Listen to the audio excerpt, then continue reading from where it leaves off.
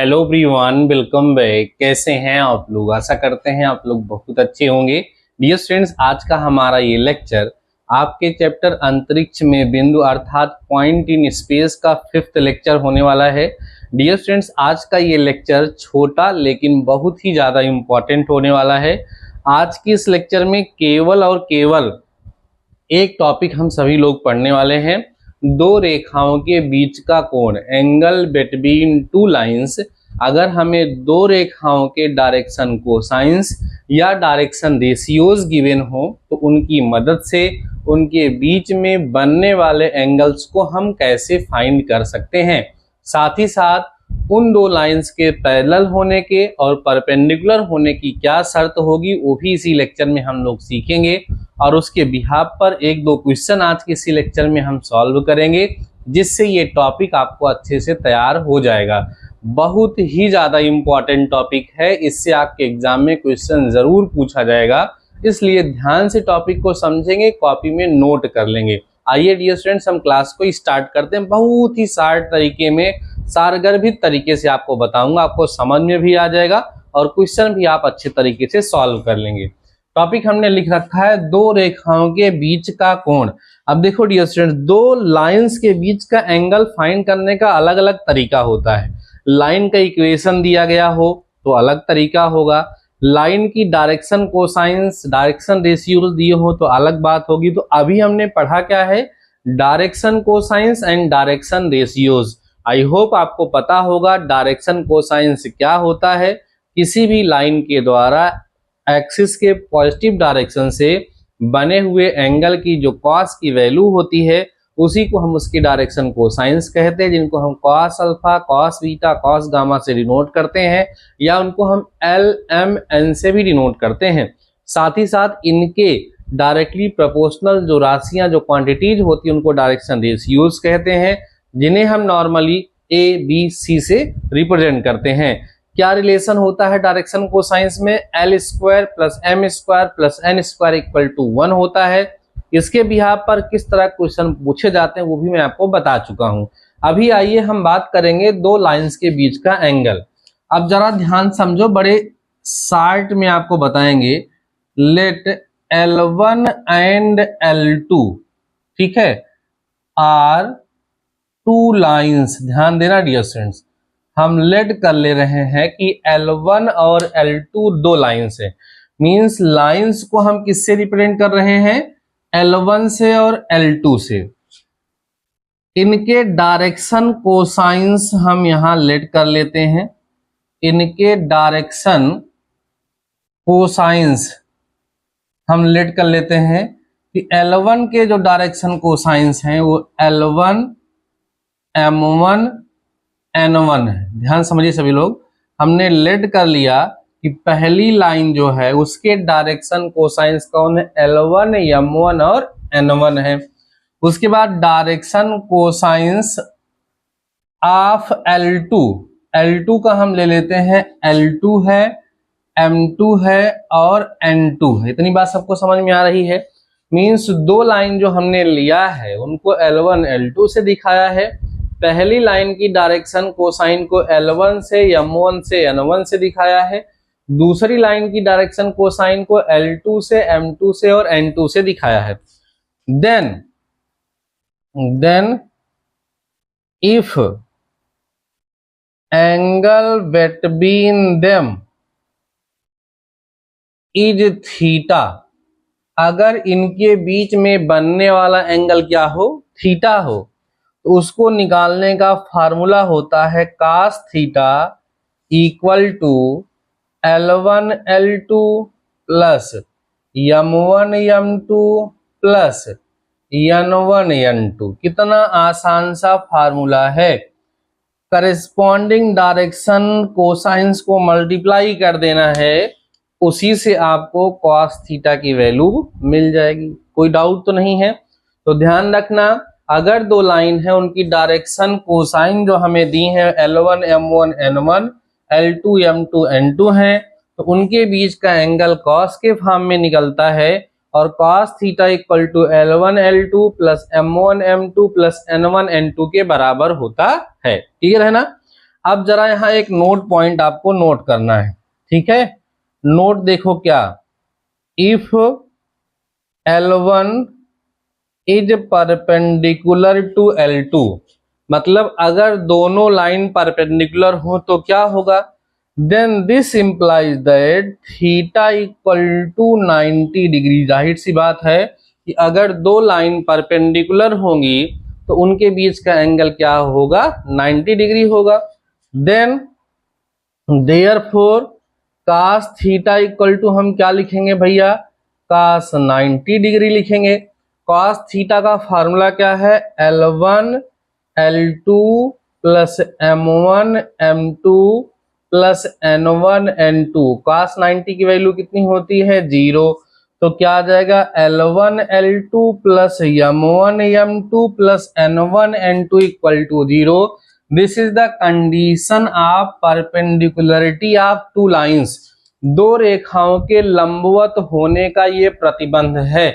इस चीज को ध्यान रखेंगे, एग्जाम में पूछा जाता है। अब हम पैरेलल की बात कर लेते हैं। ये पहली बात थी, हमने बात करी जब वो परपेंडिकुलर होंगे।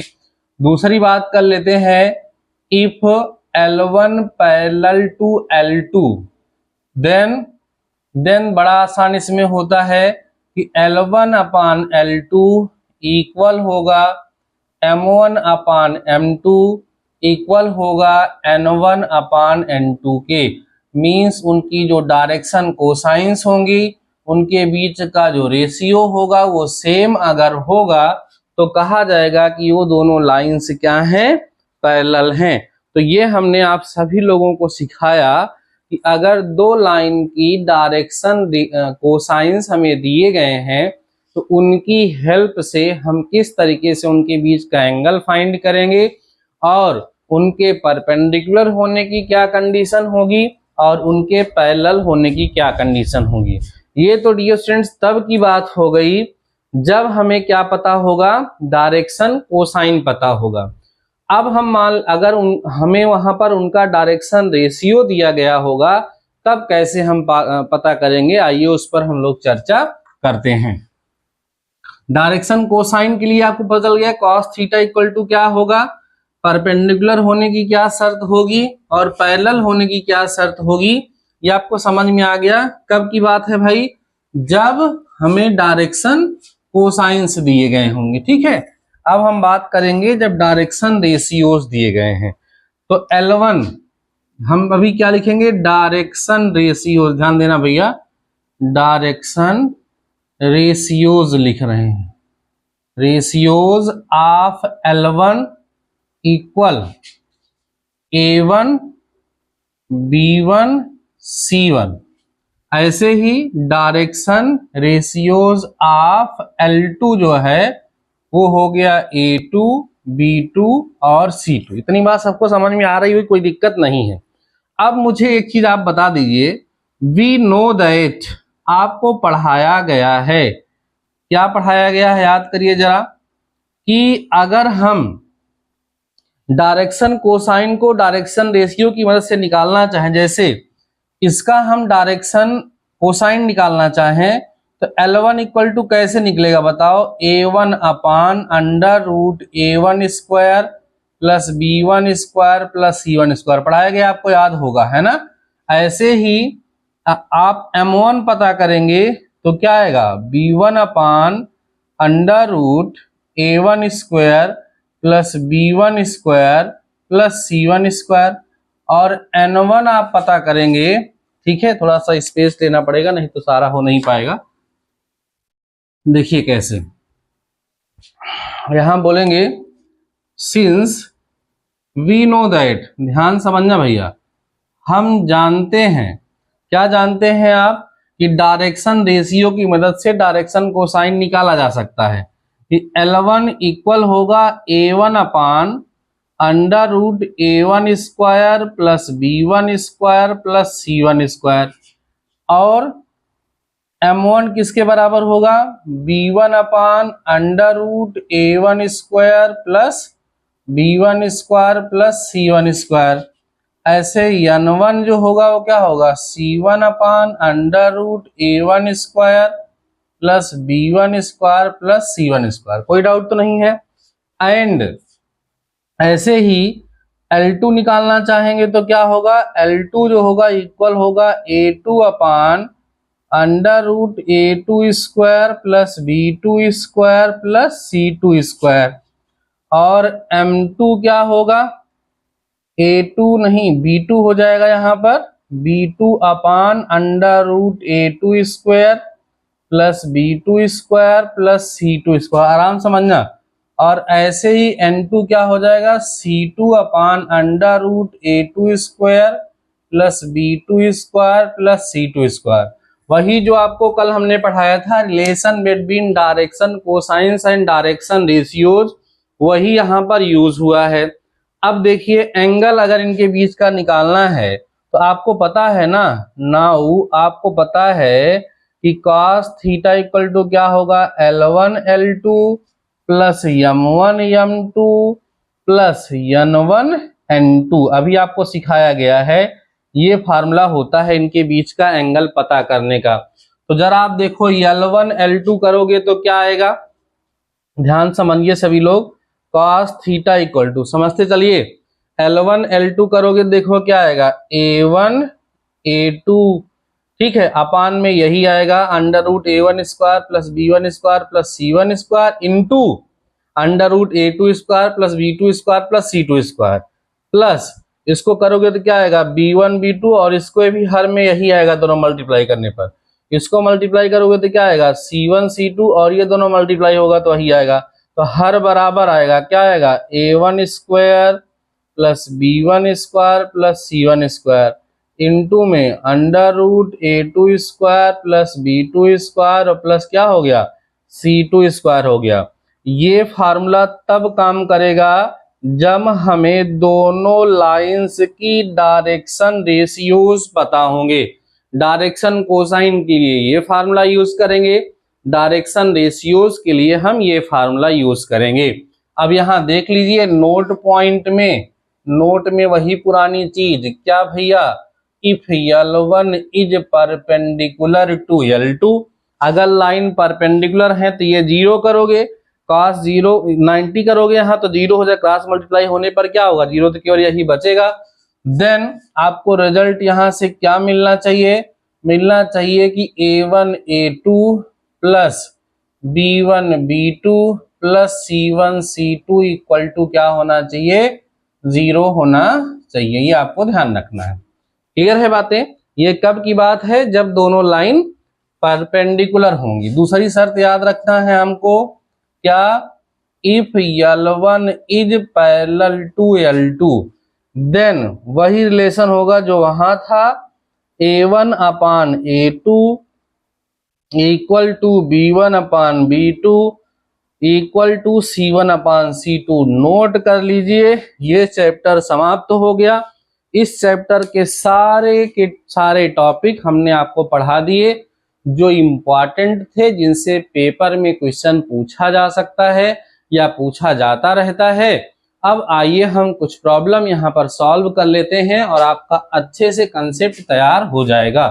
ठीक है, कंक्लूजन पूरा आपको समझ में आ गया होगा कि डायरेक्शन रेशियोज दिए होने पर किस तरीके से दो लाइंस का एंगल हम पता करेंगे उनके बीच का, डायरेक्शन कोसाइन गिवन होने पर और डायरेक्शन रेशियो दोनों में, और दोनों में उनके पैरेलल होने की क्या शर्त होगी और दोनों के परपेंडिकुलर होने की क्या शर्त होगी, ये आपको समझ में आ गया होगा। आइए हम कुछ इन कंसेप्ट के बिहाफ पर कुछ क्वेश्चन आपको सॉल्व करा देते हैं, जिससे आपका ये टॉपिक मजबूत हो जाए। इसका यूज करके कोई भी क्वेश्चन आपके एग्जाम में पूछा जाए तो आप उसको सॉल्व कर लो। अगर आपको लेक्चर पसंद आ रहा है, जो टॉपिक हम आपको पढ़ा रहे हैं ये समझ में आ रहा है, आप चाहें तो लेक्चर को अपने दोस्तों तक शेयर कर सकते हैं। हम आप सभी लोगों को जो भी कंटेंट दे रहे हैं, ये कंटेंट आप सभी लोगों को फ्री ऑफ कॉस्ट दिया जा रहा है, इसलिए आप अपने दोस्तों की मदद भी कर सकते हैं और साथ ही साथ हमारी भी मदद आप कर सकते हैं। आइए क्वेश्चन सॉल्व करते हैं जिसे इसी कंसेप्ट का बिहाफ पर है। देखिए क्या है, लिखा है दिक् कोज्जाएं। अब आपको ध्यान देना है कि दिक् कोज्जा दिया है कि दिक् अनुपात दिया है ना। दिक्कोजा, दिक्कोजा को दिक्कोसाइन भी कहते हैं। दिक्कोसाइन 3/7 माइनस 6/7 कामा 2/7, ठीक है। तथा ध्यान देना, तथा 2/3 कामा -2/3 कामा -1/3 वाली रेखाओं, ठीक है, रेखाओं के बीच का कोण ज्ञात कीजिए। ध्यान दो सभी लोग, के बीच का कोण ज्ञात कीजिए, ठीक है। ऐसे मत सोचिए कि मैं ऐसा ही क्वेश्चन लिख दिया हूं, ये क्वेश्चन 2017 में पूछा गया क्वेश्चन है, ठीक है। Board of technical education Uttar Pradesh 2017 में क्वेश्चन पूछा गया है। दो लाइन दी गई हैं, दोनों लाइन की डायरेक्शन कोसाइंस हमें दी गई हैं, ठीक है, दिक्कोजाएं दी गई हैं, L1 M1 N1 ये सब दिया गया है। तो सॉल्यूशन करते हैं। सॉल्यूशन, डायरेक्शन कोसाइंस क्या दी गई हैं, या अकॉर्डिंग टू प्रॉब्लम डायरेक्ट लिख दो। अकॉर्डिंग टू प्रॉब्लम L1 आपको कितना मिलेगा, स्मॉल में लिखते हैं L1, है ना। L1 आपको कितना मिलेगा यहाँ 3/7, M1 कितना है -6/7, N1 कितना है 2/7, ठीक है, कोई दिक्कत है नहीं इसमें। ऐसे ही आप क्या लिख लीजिए L2 कितना आएगा 2/3, M2 कितना है -2/3 और N2 कितना है -1/3। ये आपको L1 M1 सब ये सब मिल चुका है। अब हमें क्या करना है, अब हमें फार्मूला लगा देना है। आपको पता है कि cos थीटा इक्वल टू क्या होता है भैया, L1 L2 plus M1 M2 और प्लस N1 N2, ये फार्मूला होता है, अप्लाई कर दीजिए। तो cos theta equal to L1 कितना है 3/7 इंटू में 2/3 प्लस M1 कितना है, माइनस में ये भी माइनस माइनस प्लस हो जाएगा, तो 6/7 इंटू 2/3 हो जाएगा। N1 इंटू यहाँ माइनस होगा, या प्लस में है ये माइनस में है, तो हो जाएगा 2/7 इंटू में 1/3, ठीक है। सॉल्व कर लीजिए, काटिए पीटिए मत, हर बराबर होगा, सॉल्व करना आसान होगा। यहाँ कितना हो जाएगा, देखो सबका हर 7 × 21 7 × 21 हो रहा है, तो 21 यहाँ लिख लो, 3 दूना 6 ये हो गया, 6 दूना 12 प्लस में हो गया, -2 माइनस में हो गया। तो कुल मिला के cos थीटा की वैल्यू जब आप निकालेंगे यहाँ पर, तो 10 में से 2 12 में से 2 गया 10, 10 से 16 16/21, ये cos थीटा की क्या मिलेगी, वैल्यू मिलेगी। लेकिन आपसे पूछ क्या रहा है थीटा, तो this implies that theta equal to cos inverse 16/21, ये आपको यहाँ से रिजल्ट मिल जाएगा। एकदम आसान सा क्वेश्चन था, उम्मीद करता हूँ आप लोगों ने अच्छे तरीके से समझ लिया होगा। 22 का 6th पार्ट था ये, आंसर चेक कर लेते हैं। 22 का 6th पार्ट,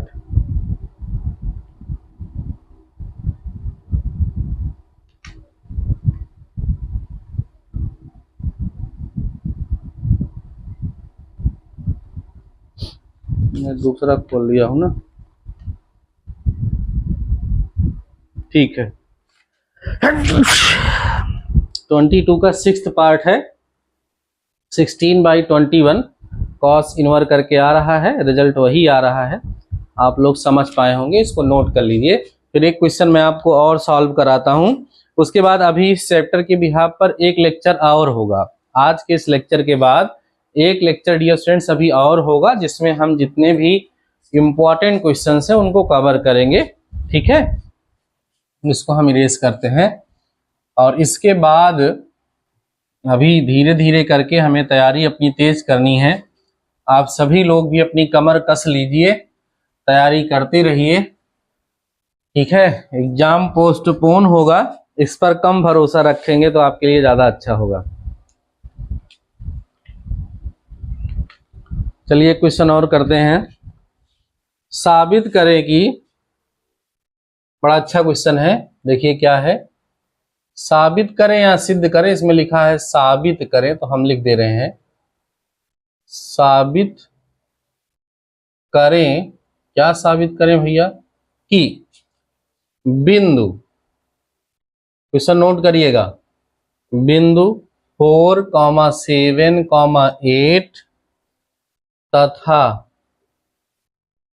2,3,4 योम बिंदु, और पॉइंट क्या दिया है यहां लिख लेते हैं, -1, -2, 1 तथा 1, 2, 5 से जाने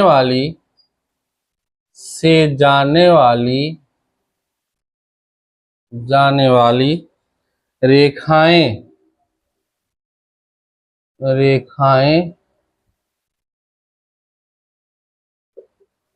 परस्पर समांतर हैं।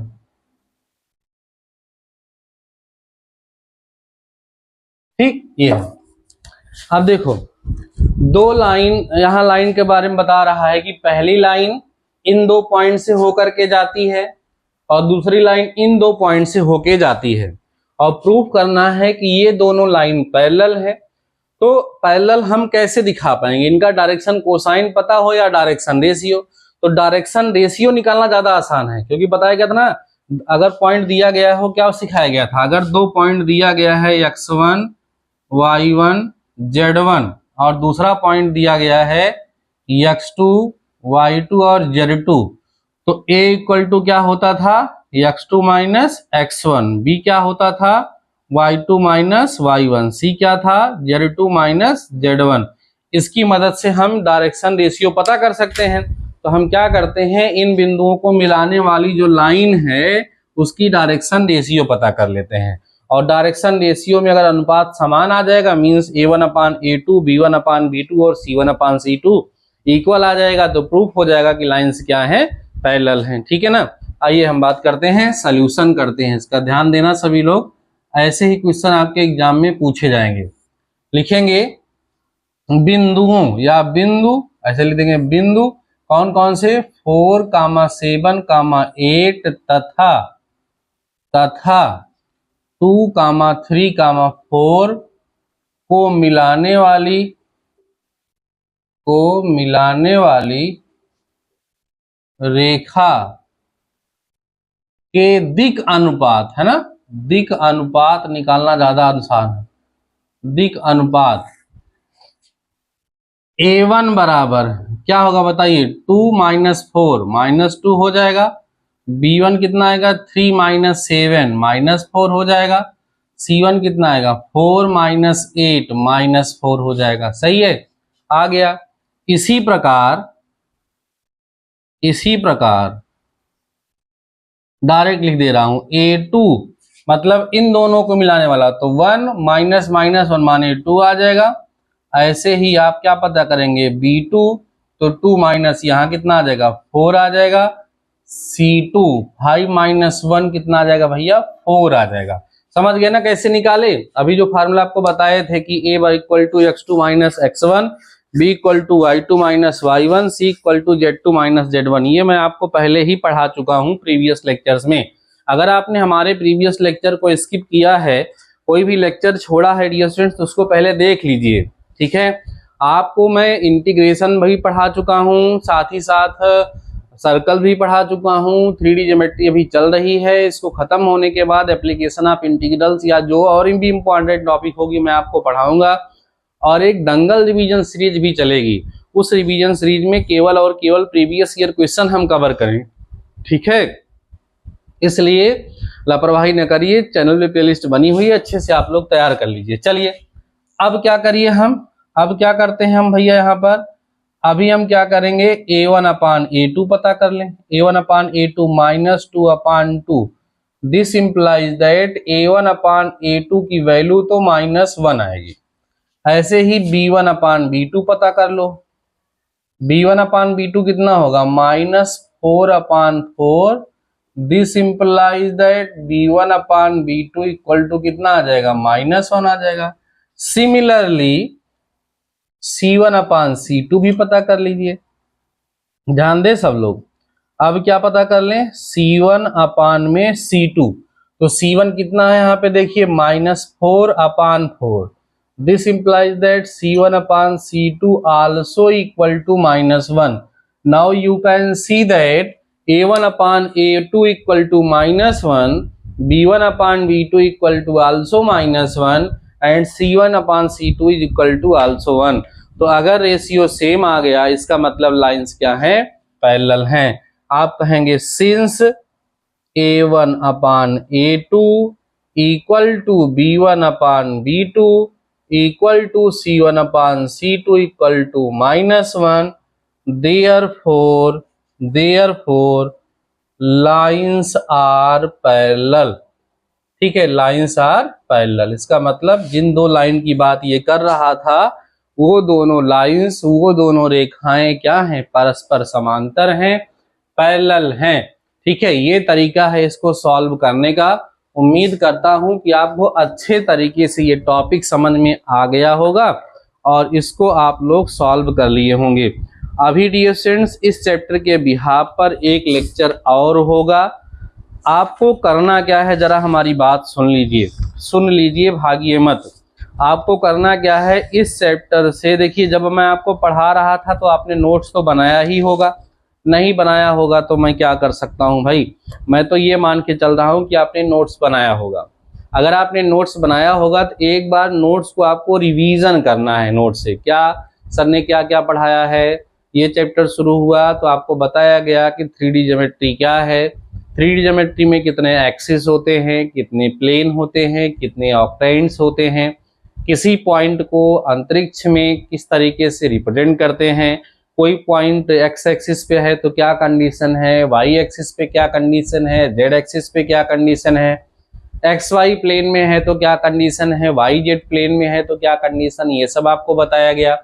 डिस्टेंस बिटवीन टू लाइंस आपको बताया गया, सेक्शन फार्मूला आप लोगों को बताया गया, direction cosines and direction ratios बताया गया, और आज आपको एंगल बिटवीन टू लाइंस यहाँ पर बताया गया और सिखाया गया।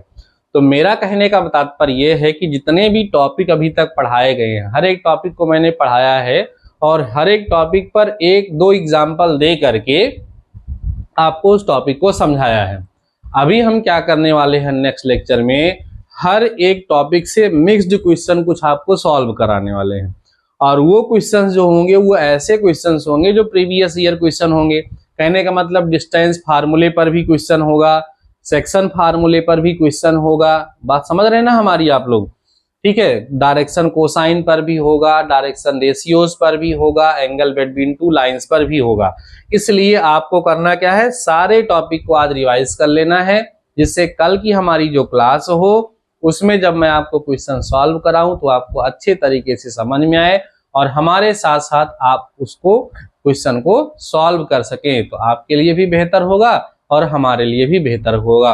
अगर आप सभी लोगों ने अभी तक हमारे टेलीग्राम चैनल को नहीं ज्वाइन किया है तो आपसे रिक्वेस्ट है कि टेलीग्राम चैनल को जरूर ज्वाइन कर लीजिए, क्योंकि अभी हम आपको जो प्रीवियस ईयर क्वेश्चन सॉल्व कराएंगे उसकी पीडीएफ या गेस्ट पेपर बनाएंगे उसकी पीडीएफ, वो सारी चीजें आपको टेलीग्राम चैनल के माध्यम से ही आपको प्रोवाइड करा पाऊंगा। इसलिए आप सभी लोग टेलीग्राम चैनल को जरूर से जरूर ज्वाइन कर लीजिए। बाकी डियर स्टूडेंट्स, आज के इस लेक्चर में बस इतना ही। मिलते हैं नेक्स्ट लेक्चर के साथ, नेक्स्ट टॉपिक के साथ। तब तक के लिए शानदार रहिए और पढ़ते